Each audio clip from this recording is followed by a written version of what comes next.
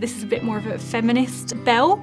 There's this very progressive, defiant Belle that clearly wants to empower herself. It's not just a story about her, falling in love and loving a boy and wanting the above world. It's more about what she sees for herself. I hope that people kind of get that in the modern, updated version of our film. I definitely wanted to kind of modernize her. We're seeing those Disney heroines drive their own narrative forward. Each time Disney releases a new live-action remake, one of the major topics that seems to resurface is the progressive nature and the modernization of their heroines, as you heard in these interview clips.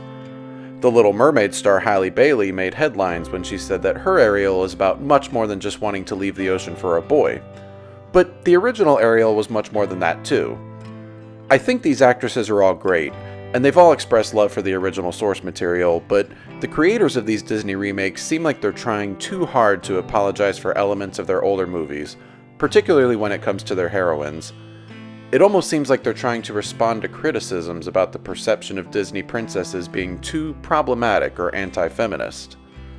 Despite Disney's forced attempts to make characters like Belle, Jasmine, Ariel, and Mulan into modern, strong, and progressive characters, I would argue that the Renaissance era of the 1980s and 1990s already accomplished that in a more natural and effective way. The live-action remakes add things like Belle being an inventor, Jasmine's empowering song Speechless, and even Mulan having Jedi powers. But while these things seem progressive and empowering on the surface, I want to go over why I still believe the Renaissance heroines are the stronger characters who didn't need to be modernized in the first place. When it comes to their personalities, character traits, and actions, I think that these OG Disney ladies are simply better than their live-action counterparts. Let's start with Mulan, and honestly this represents the biggest discrepancy between the animated and the live-action characters. The original Mulan is arguably the best Disney heroine of all time, making you instantly sympathize with her plight to protect her father from dying in a war. She disguises herself as a man and joins the Chinese army, knowing that she faces death if she gets caught. Mulan goes through a lot of adversity when training starts. She's in unfamiliar territory, no one respects her, she's physically weaker than the men she's training with, and she's almost kicked out for her poor performance in training. But what makes this character so strong is her resilience. She had an opportunity to give up and leave, but she ended up climbing the pole that no one else could. Not because she was the most physically capable, but because she's the most clever. A running theme throughout this movie is that her intelligence and resourcefulness makes her an effective soldier. She's the one who caused the avalanche that wipes out most of the Han army, and she's the one who comes up with the plan that saves the Emperor in the end. While her physical strength does improve throughout the course of the film, it's not her most important trait. She doesn't have to be the strongest fighter, but she becomes a legend by utilizing her own unique abilities to their full potential. How does the remake handle Mulan's journey? She has high levels of chi, giving her extraordinary physical capabilities and giving her a leg up over everyone else during training. Ugh. This is a perfect example of the fact that a character being super strong doesn't automatically make them a strong character. Most everything in the remake comes easy to Mulan, and the entire character arc about her using her resourcefulness and pushing through adversity is all but gone. While some might applaud this remake for promoting female empowerment, I think it actually does the opposite. Mulan hardly earns anything here, and she's just naturally amazing at everything. The original Mulan is the one who truly embodies empowerment by training hard, proving herself, overcoming a mountain of adversity, and becoming the hero of China. Now let's move on to Beauty and the Beast. The original movie is a beloved classic, and it's the first animated film to ever be nominated for Best Picture at the Oscars. Paige O'Hara brings a heavenly singing voice as Belle, and gives a performance that exudes the perfect balance of kind-heartedness and strength. Emma Watson plays the live-action Belle, and yeah, it's not her best performance. She seems a bit too stiff and stoic in this role, and doesn't give off the same lovable and relatable energy that the original Belle does.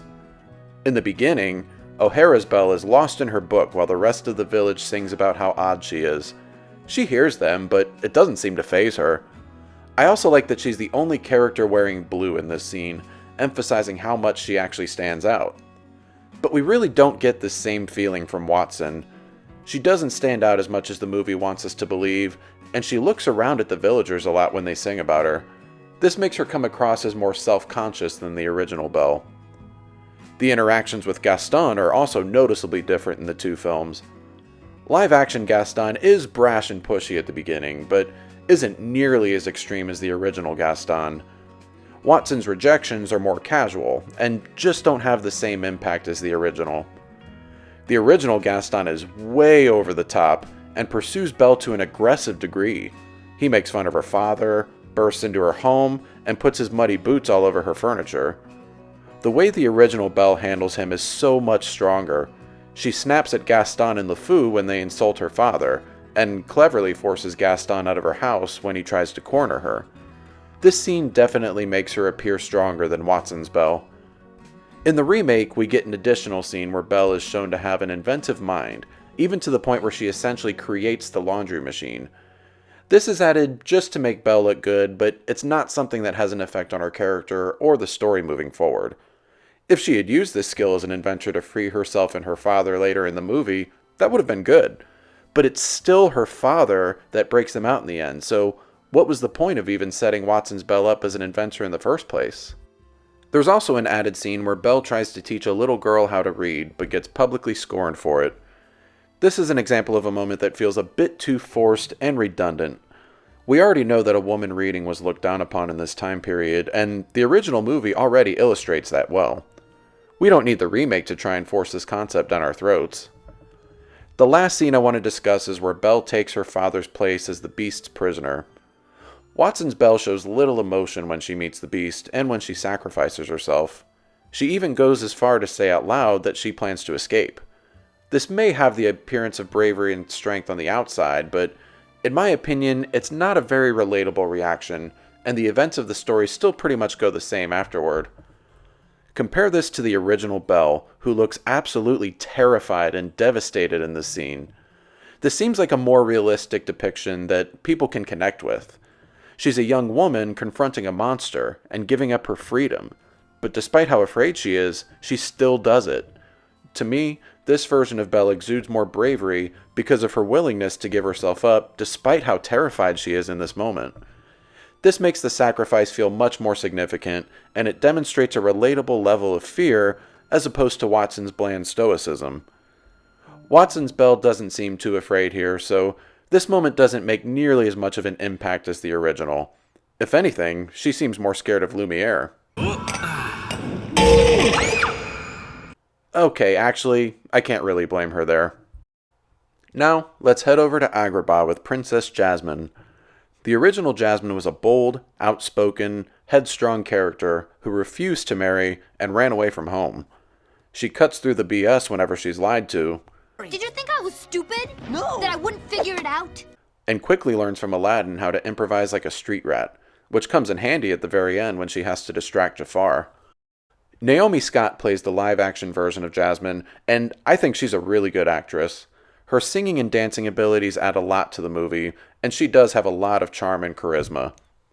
But I also think that her version of Jasmine seems a little too passive compared to the original. We don't get to connect as much with her desire to leave the palace. In the original, we get a nice intro scene where she talks to her father. We get a sense of who she is, what she wants, and I especially like this part where she lets the birds out of their cage, which is a clever way of showing how she feels caged herself. But we don't get any of that in the new version. We see her for a few seconds during Arabian Nights, and then she's already in the marketplace at the beginning of the movie. Compare this scene when Scott's Jasmine seems unsure of herself when making this jump, with Jasmine in the original. I'm a fast learner. The scene where they get caught by the guards is also significant, because it's when Aladdin learns that she's the princess. She reveals her identity and uses her power to demand Aladdin's freedom. This is another great scene that we don't get in the new one. Scott's Jasmine simply rushes back to the palace, which makes her look weaker than the original Jasmine in my opinion. Another example is when Jasmine first meets Prince Ali. She immediately goes off on him and asserts her independence. How dare you? Standing around deciding my future? I am not a prize to be won. Which is much better than what we got in the remake with that excruciating jam scene. In 10,000 years, I've never been that embarrassed. Oh, just you wait, Will. Jasmine's dialogue with Jafar is also far stronger in the original movie.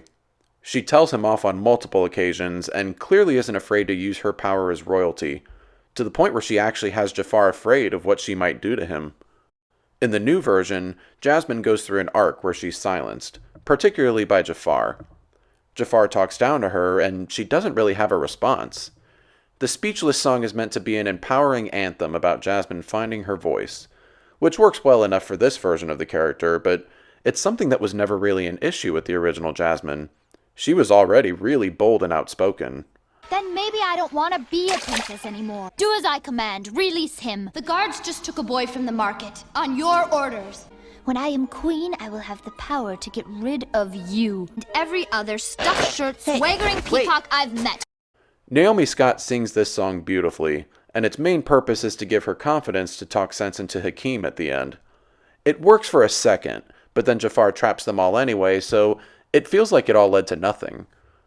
While the new Jasmine needed a side plot and an anthem about finding her voice, the original Jasmine didn't need any of that. She was already bold, already rebellious, independent, and a much stronger version of the character. And finally, I want to talk about Ariel. I'll be discussing the Little Mermaid remake here, so if you haven't seen it yet, consider this your spoiler warning. Overall, I thought Halle Bailey was likable as Ariel, and she does have an incredible singing voice. Like I mentioned earlier, Bailey had alluded to the idea that the original Ariel mainly went to the surface for a man, and that her version of Ariel was more about exploration in human culture. But I have to disagree with her about the original Ariel. The original Ariel already had a lot of curiosity and a sense of wonder about the human culture, tools, and exploration. She checked out abandoned ships, collected her gadgets and gizmos aplenty, and the entire Part of Your World song was all about her longing for the surface, before she ever even lays eyes on Prince Eric. Not to mention, she actually went to the surface a bunch of times in the original in order to see Scuttle. But in the remake, she doesn't even go to the surface at first. Scuttle comes to her, because she can somehow swim and communicate underwater. The original Ariel's disobedience is felt a lot more, given that she'd likely gone to the surface multiple times in the past. Not to mention, the original King Triton is much more intimidating than Javier Bardem's version, who seemed like he just kind of sleepwalked his way through this performance. Much like with Belle, I think that the animated Ariel also emotes a lot more, which isn't so much a knock on Bailey's performance, but I think it highlights an advantage that animation has over live action as a whole. An example of this is when Ariel looks onto the ship and watches the sailors dance. In the original, she looks enthralled, intrigued, excited, and love-struck. The audience is allowed to connect with what she's feeling in such a short amount of time. Bailey's Ariel looks on with interest, and listens to Eric talk about exploration, but she doesn't express much here, and I didn't quite get that same sense of passion and longing for human culture in this scene. I also felt this regarding her love for Eric. Now, I do applaud the remake for expanding on Eric's character more, and for allowing him and Ariel more scenes where they get to know each other. But the remake really tries to downplay their infatuation at the very beginning, which some see as a weakness of the original. It's seen as a weakness because the original Ariel seems like a lovesick puppy who just wants to throw her life away for a man. But I just don't see it that way. She was already rebellious and wanting to experience human culture, but it was her infatuation with Eric that cranked her desire for this goal up to 11. It makes the scene where she saves him and sings to him that much more powerful, because we as the audience can experience just how much passion she's filled with in this moment. This is something that's really lost in the remake. They recreate the scene in the new movie, but it doesn't feel quite as powerful because she doesn't seem to have the same feelings toward him at this point outside of, hey, he seems like a cool guy. I do really like the scenes in the marketplace with Bailey's Ariel. She expresses a lot of joy and curiosity while dancing and exploring, and it's honestly adorable to watch. It nicely captures what was so great about the Kingdom Tour scene from the original movie. But the last thing I want to talk about is the final battle. Everything about it was largely the same, except for the fact that Ariel is the one to board the abandoned ship and kill Ursula with it. That doesn't make a whole lot of sense. Ariel doesn't have the training or skills to handle a ship like Eric, and this seems like an attempt to make her appear stronger, and it also follows the modern Hollywood trend of a man not being allowed to save a woman. But I don't think it was necessary to make this change. Ariel already saved Eric's life multiple times in both versions, and killing Ursula in the original was what allowed Eric to balance that out and prove himself to King Triton. There's also the fact that Eric was only able to kill Ursula in the original because Ursula was distracted by and targeting Ariel. But for some reason, Ursula seems to ignore Ariel in the remake's climax and goes after Eric instead. The Little Mermaid remake does have its moments, and there's a lot to like about Halle Bailey's performance, but the movie ultimately falls into a lot of the same trends that make the live-action remakes subpar. Ultimately, these remakes really try hard to prove that their female leads are modern, strong, and progressive, but I think that, with these 4 heroines, this was already accomplished 30 years ago, and done much better. These are 4 characters that fought back against authority, cultural, and societal norms, particularly when it came to women's issues, and I think these movies had a much bigger impact in the 90s than the live-action remakes do now. But this is just my opinion, and I realize that not everyone will agree with me. And guess what? That's okay.